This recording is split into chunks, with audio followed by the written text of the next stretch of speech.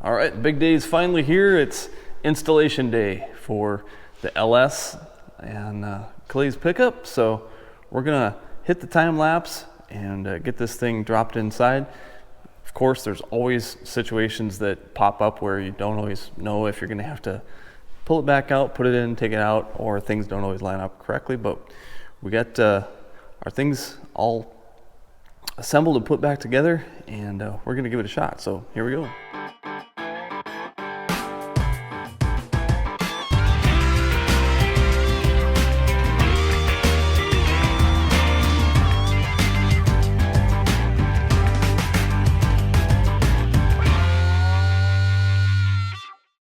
And let's see, so Jacob already did the refresh on this thing. He did what, bearings and cam. I'm trying to remember what else was done internally. Rings. Seals, rings. Yep. Use the old pistons. Okay. Rods and vanes, lifters, and Yeah. push rods. Yep. Okay. This flex plate is kind of an adapter style, right? Because we're going to be using the 700 R4 transmission still. So the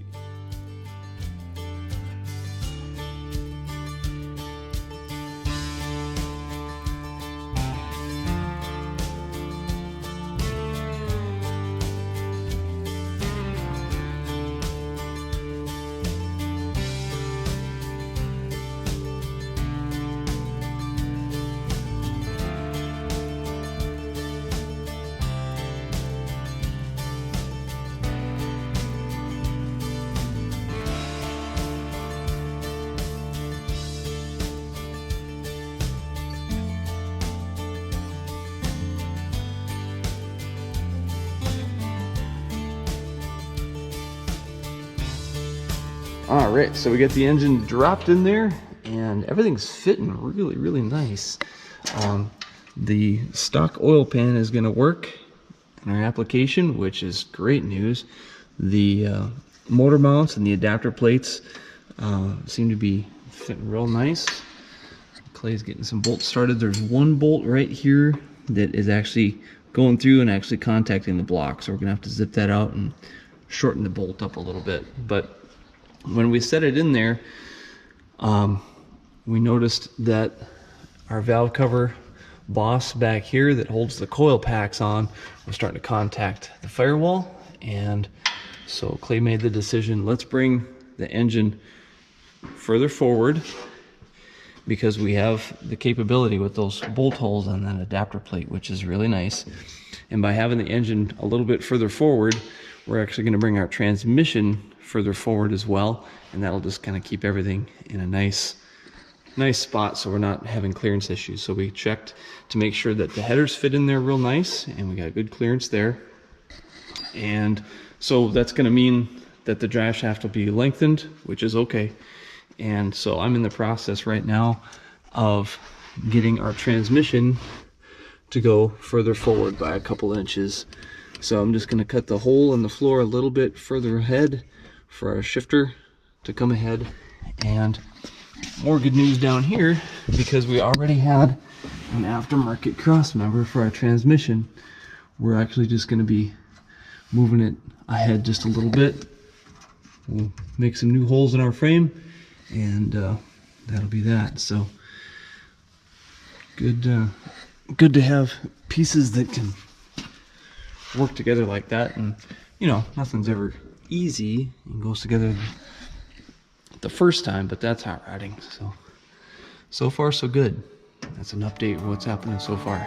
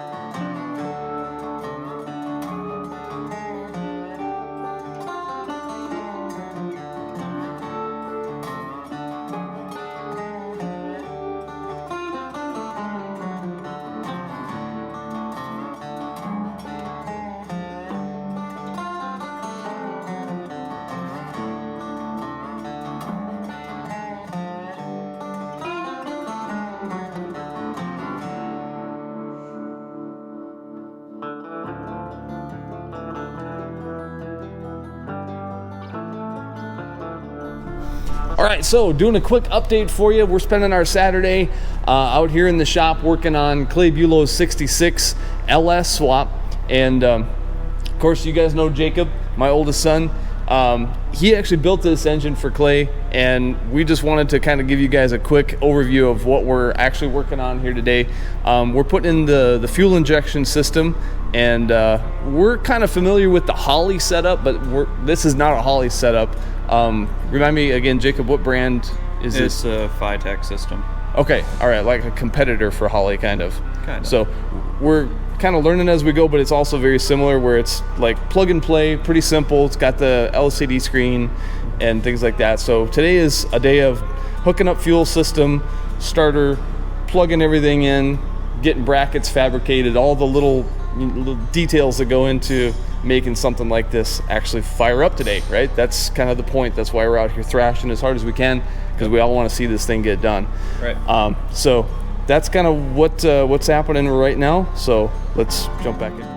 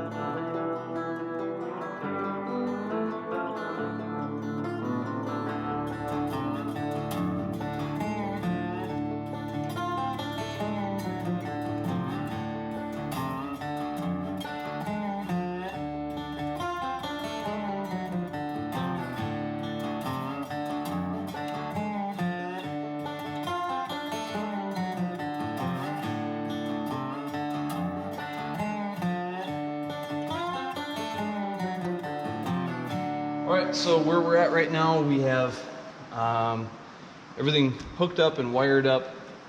There's water in it, there's oil in it, there's fuel in it. Fuel system is all wired up. Some of this stuff is still really ugly for now, and that's okay. We're just kind of making sure everything is connected and labeled and things like that. We'll go back later and we'll color code everything. We'll zip tie it up out of the way. We'll put conduit on everything and just make sure everything's pretty once we confirm everything is right. So we're at the stage now, we're just kind of doing final checks before we hit the key and fire it up. So Oh, it's set up for LS. Oh, Let's nice. just turn the key and see what happens. Okay. I mean, So it has this manual also that kind of walks you through yeah, all that stuff. But right. That felt better. okay. You guys ready? Yep.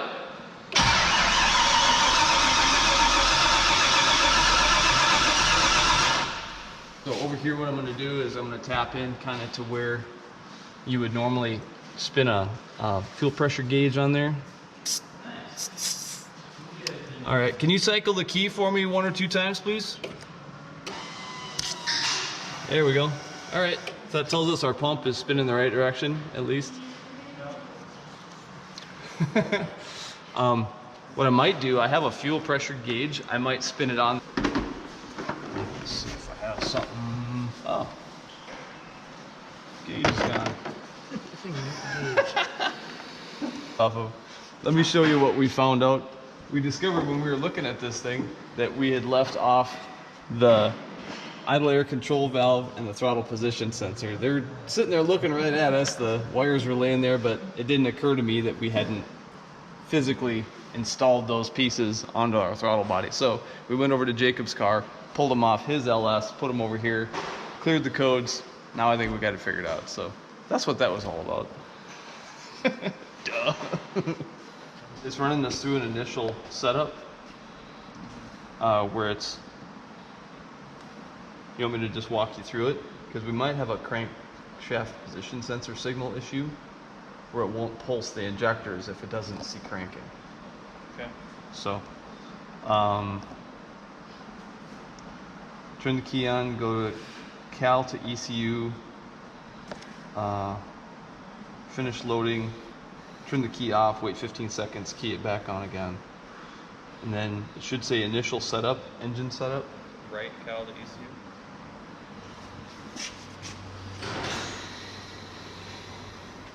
Nope, go FiTech initial setup.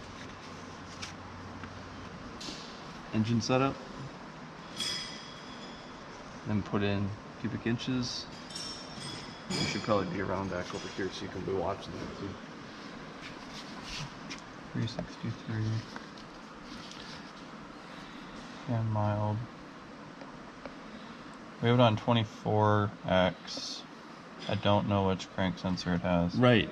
I don't either. So there's different crankshaft position sensors on different LSs. So I think that might be our issue.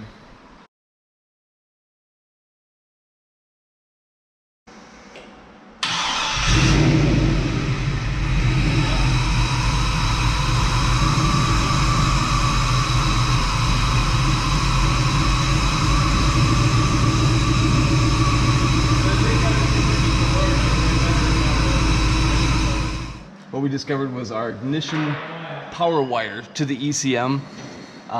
We had tapped into a wire that was on during on, but then when you go to the crank position, it went to 0 volts. So we chose to go with the wire that originally went to the distributor. It was GM HEI, and that has 12 volts all the time, whether you're in on or crank, and that took care of our issue. That's why we weren't getting an RPM signal to our ECM, and that's why we weren't getting injector pulse. So took care of that and started right up, runs good. We're gonna zip tie some stray wires up out of the way, take it for a test drive.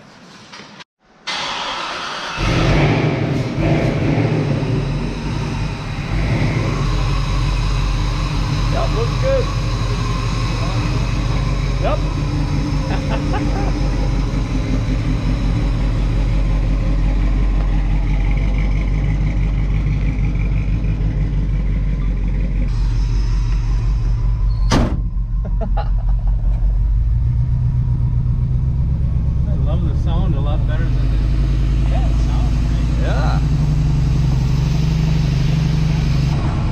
Watch the screen for coolant temp. There you go. Yeah. Just wake that up and then. So we're all the way up right now. You might have to go back, hit the back button. Dashboard, yep. And we might have to still adjust your transmission too, Clay, your throttle valve cable. So we'll see if it upshifts and downshifts normally. But Coolant's at 170. perfect.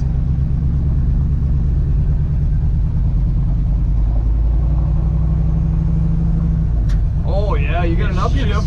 Oh, Shift's really nice. man.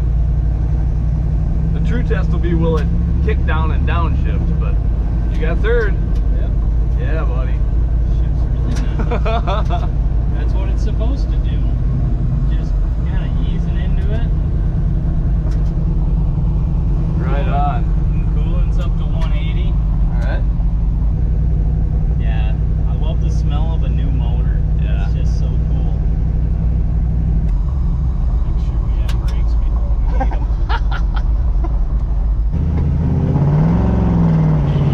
Shifted down. Yeah, downshifted, yeah.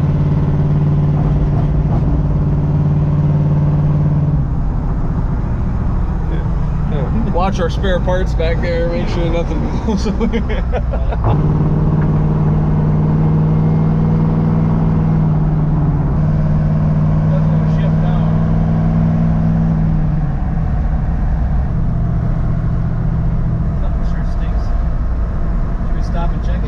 Yeah, it might be transmission fluid puking out the dipstick. Lost my brakes. Oh! Not lost, but because all of a sudden it just Really boom, and went to the Ah, really spongy all of a sudden. like a wheel cylinder didn't want to work anymore.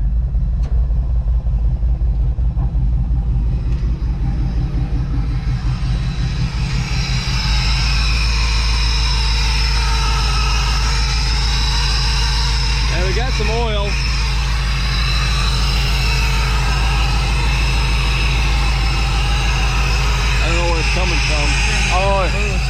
your engine dipstick loose. Yeah, that never had a bracket on it, so that's what's sitting out. That's what it is. That's an easy fix. Yep.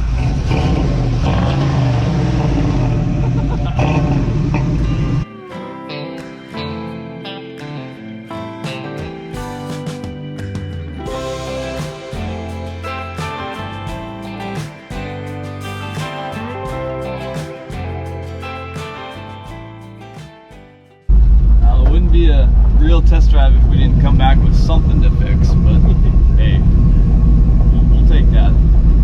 At least we made it back. Yeah, we made it back. All right, so we're back from the test drive, and there's obviously going to be a few things that still need to be buttoned up and taken care of on this thing. But it looks like Clay put the hood back on. He got a new dipstick tube installed in there, got the oil mess kind of cleaned up a little bit. And I can tell he's been tinkering a little bit here and there, trying to get his cruise control hooked up and things like that. I think it's an aftermarket cruise control system on this thing. But otherwise, I'd say it was a successful test drive, successful last couple of days as he's been working the kinks out of it. And, you know, that kind of stuff takes time. But what I wanted to do to kind of wrap things up here at the end was talk about how Jacob and I have both together installed both a Holley fuel injection system and a FiTech fuel injection system. And we both kind of have some opinions on, now that we've installed it, now that we've seen how the drivability and the tuning and the setup, all that stuff goes. Tell me your thoughts first. Do you prefer the Holley system over the FiTech or vice versa? And if so, why? Just go for it. I feel like I prefer the Holley system overall. FiTech was faster to install, I would say, but it's because it's simpler. It has less options, but it's more like user-friendly, I suppose. Okay. So the Holley you can hook up to a computer, laptop super easily, and basically everything is customizable, whereas the FiTech is a lot more difficult to customize stuff, I've found, at least in our experience. Yeah, now granted we have not hooked up a laptop to the FiTech system ourselves. We've done that with the Holley system and not the FiTech. So, I mean, we're comparing the two, but we've done more tuning on the Holley system. And I think as far as I'm concerned, both companies, both brands of systems have their strengths and their weaknesses. And I would say it really depends on who you are, and it depends on what you plan to do with your setup, you know. So if you're really into tuning and you want to change your spark curve and your fuel mapping, and you want to be able to get in there and really play with stuff, move it around a lot, I would say the Holley system is probably for you. Yeah. And if you're somebody like Clay who would rather just hit the key, make sure it starts and runs, and it's dependable, it's self-learning, really easy, simple to deal with, there's fewer menu choices on the screen, things like that, I would say the FiTech is probably a good system for Clay. It's a good match for him, in his style. So there you go. I don't know if that helps any of you guys if you're deciding which brand to go with, but in our experience, that's kind of how we would go. So younger guy like Jacob that likes to fiddle with stuff and mess around a lot, I would say Holley is for you. Yep. And somebody like Clay, he'd rather just make sure it starts and runs and forget about it, doesn't really want to mess with things. FiTech is for him. So anyway, hey, thanks so much for coming along. And this was a fun build. I appreciate each one of you following the entire thing step by step. And I'm proud of this young guy. His engine runs, it doesn't leak everywhere, it doesn't make any weird noises, and you should be proud. So nice job. So far, so good. Awesome. Be sure and stick around for some of our other projects we got coming up. We got the Crown Vic body swap we got coming up soon. 53. We got the 53. Eventually that should end up either on a Ford Explorer or a Mercury Mountaineer chassis, so that should be pretty cool. We're working, this is maybe a year or so out, but we have the cab over project. Some of you have been asking about that, and so we're excited to say that we're hopefully going to get some traction on that and see some things happen. So that, along with all kinds of other content that you guys have said that you really enjoy. So thanks so much for supporting the channel, everybody. Be sure and head to GoShineOn.com if you're interested in merch And if you want to interact with me directly, it's at flannel_Philip on Instagram. I don't see the comments here on YouTube. So anything else you want to say? No. All right. Thanks, everybody. Peace and grease.